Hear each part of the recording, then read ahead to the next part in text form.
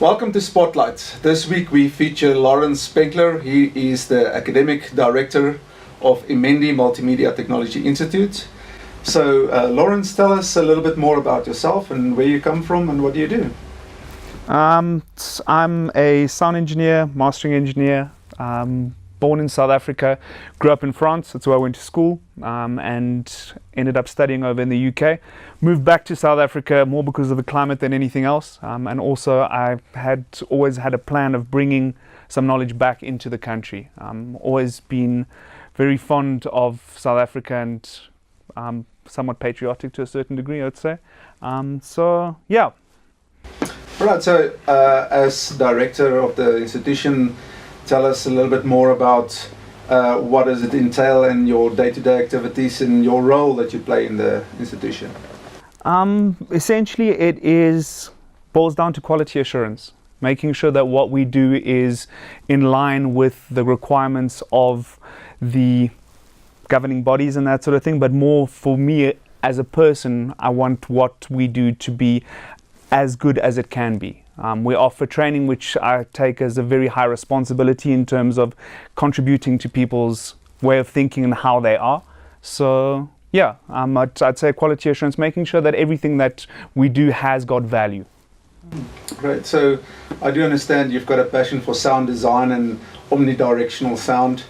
Tell us a little bit more, where does the love comes from and how did it all start? It's something that happened to me when I used to attend a whole bunch of different music festivals and that sort of thing, and I was watching sound on stage, and it was very much a one-directional kind of experience. Whereas when you're walking around in nature, sound surrounds you. Natural sound is not something that just comes to you from one direction, kind of between two speakers or from your TV screen. We're very visually biased in our day-to-day activities, and I feel that there is something to be said for actually creating three-dimensional spaces with sound. So yeah, good. And in terms of sound design for you guys that's out there that wants to know a little bit more about sound design, if you can just tell us a little bit more about that and how you can apply that. Sound design is a very much open field because the connotations that are attached with sound it's not a vocabulary that's that well defined. So you can make a sound that is happy, open. You can make a sound that has got a certain amount of aggression or fear built into it. And the actual palette that we use to actually create those sounds can be a combination of recorded sound that comes from nature that can be layered up with created sound. First time I came across the idea of sound design was through C sound, which is actually coding to create sounds using oscillators, and that my first idea was I'm going to create an orchestra of new and different sounds. And as it happens, you kind of eat a bit of humble pie and realize it's not quite that simple, but the vocabulary develops, and actually adding in the complexity of recorded sound as well as approaching the complexity of recorded sound with synthesis is something that's always interesting. So yeah. Cool. So in terms of where you can apply sound design, is there any specific profession out in the industry?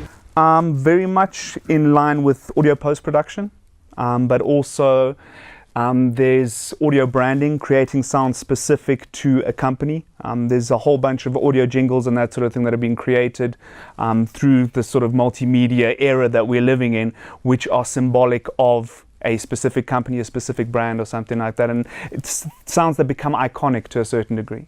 So yeah, cool. So I want to ask you a little bit of a personal question, and that's probably one of the things that a lot of men would desire. Tell us a little bit more about your beard. The beard? Yeah, the beard. The beard used to be seasonal. It's something that I'd grow in winter and then shave off in summer, and girlfriend said don't shave it off, so that 4.5 years later this is what it looks like. Well, we get to know you as your trademark, being the person that you are and the happy smile and everything at the institution. So Lorenz, the multimedia technology industry, and specifically the music and the gaming industry, the word out there or how it's been found is that it's a hard industry to penetrate. What is your take about that? It is. The reality of it is that it's not an easy industry to actually make your way into, and it's more about, but this is true for any industry, it's about networking. It's about actually talking to people and making connections and creating sufficient work to be able to back your name. Through our programs as well, we make sure that there is enough actual work, as in music or games that are actually functional and that sort of thing, that we are able to showcase what it is that we do. You're only as good as your last work. It can come and create problems for you, or it can actually showcase what it is that you're doing. And I think the best advice is to actually just have a bit of fuss bait and just actually keep at it. It's the only way that you're actually going to end up where you want to be, is by working at it consistently. No matter how hard it actually seems, no matter how difficult or what the perception of it is, if you have a direction and you're working towards it, people are resilient, and we have more resources than we actually know, and it's just a case of actually working at it hard enough to be able to achieve what it is that you want. Yeah, okay. And also not necessarily defining a specific goal. You might not land the dream job that you want to do, but you can actually make your way through the door and actually take a ride, see where it takes you. So, yeah. So when you create new course and training material, what do you deem important to include, and what is your approach of creating new material for the curriculum? I think it's the relevance of the actual learning experience that's fundamental to what it is that we do. There's some certain foundational skills. You need to be able to use the tools, but it's also a case of understanding how to use them to actually suit the needs of your client, or the actual creative experience. There are two sides to it, because it's very much a artistic endeavor, as well as you need to put bread and butter on the table. So you also need to be able to generate a certain amount of income from it. So in the creation of the learning material is having sufficient openness for creativity, but also one of the foundational elements is that there needs to be relevance to the exercise material, so that it's actually something that is useful. It's not doing something for the sake of doing it, but it's doing something for actually learning a skill, and something that is relevant to the type of work that you want to end up doing. So yeah, in terms of standards, more scenario-based and real-world type scenarios. So yeah. So what is your take on the multimedia industry and the future thereof, and what is your perspective of what can we expect from this industry in the near future?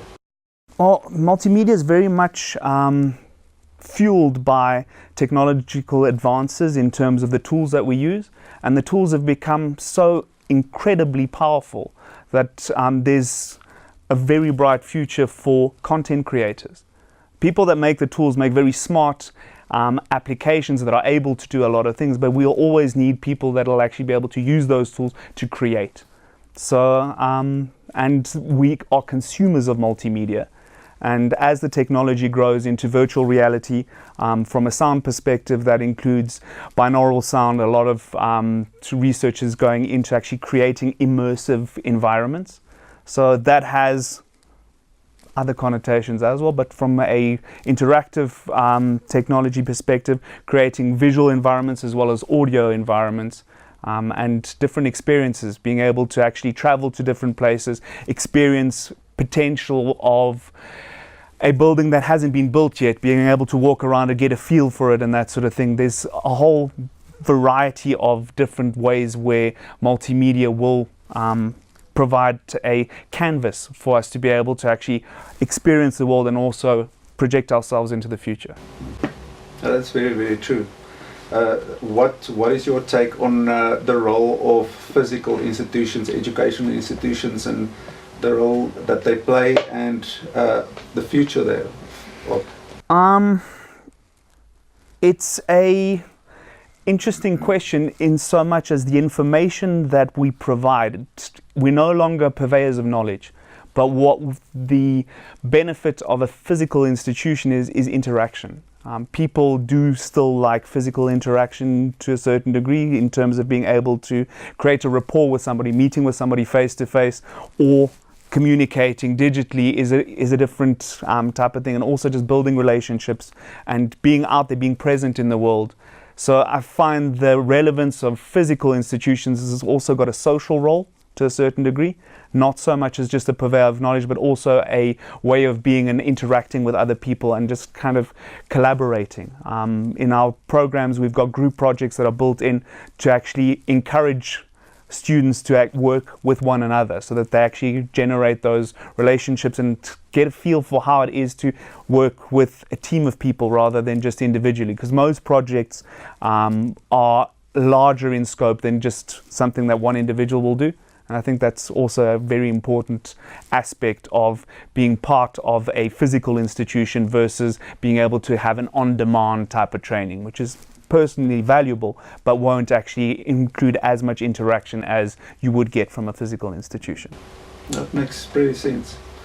So, Lorentz, to finish off, can you maybe tell or give some of our viewers some advice if they would like to become successful in the multimedia technology industry? What do they need to do, and what does it take to become successful? I'd say main thing is be curious, be inquisitive, work hard at what it is that you want to do, and just go for it, really. The one thing that I find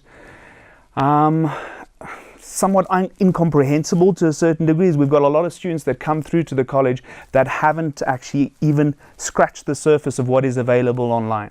If you want to go into game development, there's a lot of resources that are available. Find them, and then you can actually capitalize on that when you've got experienced people that can help you out with it. Music technology also, the free programs, you can make music with a cell phone. And just get a feel for what it is to actually operate with a grid and actually try and create with technology. So be curious and just make use of the resources that are available and just work at it. Yeah, and I would, if I can add to that, is never give up. Mm-hmm. Just try it. You mentioned it before. So many students and graduates that's end up to the first door and closed door, and they just give up.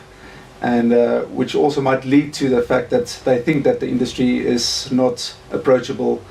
But thank you so much for being with us in the studio and for your time. And it was quite nice. Thank you very much, Martin. So this was fun. If you would like to know more about the career opportunities in the multimedia industry, make sure you grab your free copy of our ebook available in the description below. So catch us on next week's episode on SPOTLiGHT.